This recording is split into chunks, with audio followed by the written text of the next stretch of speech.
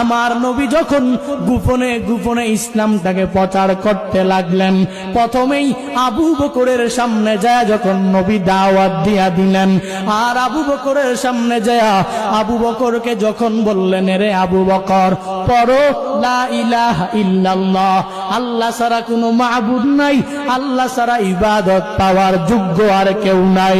আবু বকর বলে, আমি আমার নবীর চেহারা মুবারক দেখে আমার নবীকে আমি বিদায় করে দিতে পারি নাই, আমার নবীকে আমি বিতাড়িত করতেও পারি নাই, বরং আমার নবীর চেহারা মুবারক দেখে দেখে আমি কালিমা পড়ে পড়ে মুসলমান হয়ে গেলাম।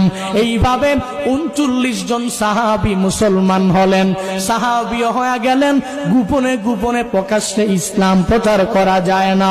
আবু বকর 39 জন সাহাবী মুসলমান যখন হয়ে গেলেন, এই সাহাবীগুলো মুসলমান হয়ে যখন আমার নবীর কাছে দরসে বসে, মসজিদে নববীতে না বরং বাইতুল্লাহর ভিতরেও সুন্দরভাবে বসতে পারে না, গোপনে গোপনে ইসলামটাকে নিয়ে যখন প্রচার করতে লাগলেন, আবু বকর আমার নবীর কাছে আইসা আমার নবীর কাছে আবদার করে আর বলেন, ও নবী আমার, আমি আবু বকরের মন চায়। কি মন চায়? বলে, আমি আবু বকর ইসলাম ধর্ম গ্রহণ করার পরে আমার বুকের মধ্যে, অন্তরের মধ্যে আমার একটা মাত্রই ব্যথা, আমি কালিমা পড়ে পড়ে মুসলমান হওয়ার পরেও আজ পর্যন্ত আমি কালিমার দাওয়াত প্রকাশ্যে দিতে পারি নাই।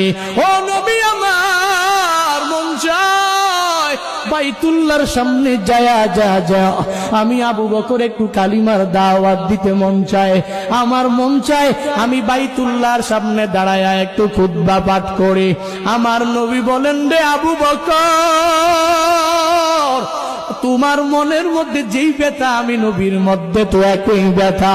আল্লাহর পক্ষ থেকে যেদিন আমি নবুয়ত পেয়ে গেলাম, এই নবুয়ত পাওয়ার পরে আমি নবীও তো একদিন কালিমা দাওয়াত প্রকাশ্যে দিতে পারি নাই, বরং গোপনে গোপনে ইসলামটাকে আমি অত প্রচার করলাম। এরে আবু বকর, আল্লাহর পক্ষ থেকে যখন সামর্থ্য আসবে, যখন শক্তি পরিপূর্ণ আসবে, তখন আমরা ইসলামটাকে প্রকাশ্যে প্রচার করব।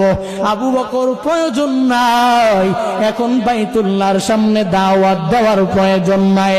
আমার নবীর কথা মানতে যায় না আবু বকর, নবীকে বলেন, নবী অনুমতি দেন, কোনো অসুবিধা নাই। আমার নবী বলেন, তাহলে যাও, যেহেতু এতই মন চায়, ও আবু বকর, আমি তোমাকে অনুমতি দিয়া দিলাম। আবু বকর আমার নবীর অনুমতি পাইয়া বাইতুল্লাহর সামনে যা যখন কালিমার দাওয়াত দিতে লাগলেন, কালিমার ওই পরিপূর্ণ খুতবা যখন তাদের সামনে পাঠ করতে লাগলেন, আবু জাহালের মাথা বড়ই গরম, উতবা সাহেবা মুগিরার মাথা বড়ই গরম হয়ে গেল।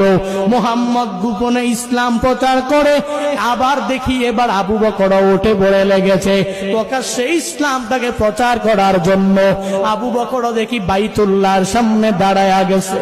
আবু জাহাল, উতবা সাহেবা মুগিরা সব চেলাপেলাদেরকে নিয়া সাথী সবাইকে নিয়া আবু বকরের সামনে আয়েশা ডাক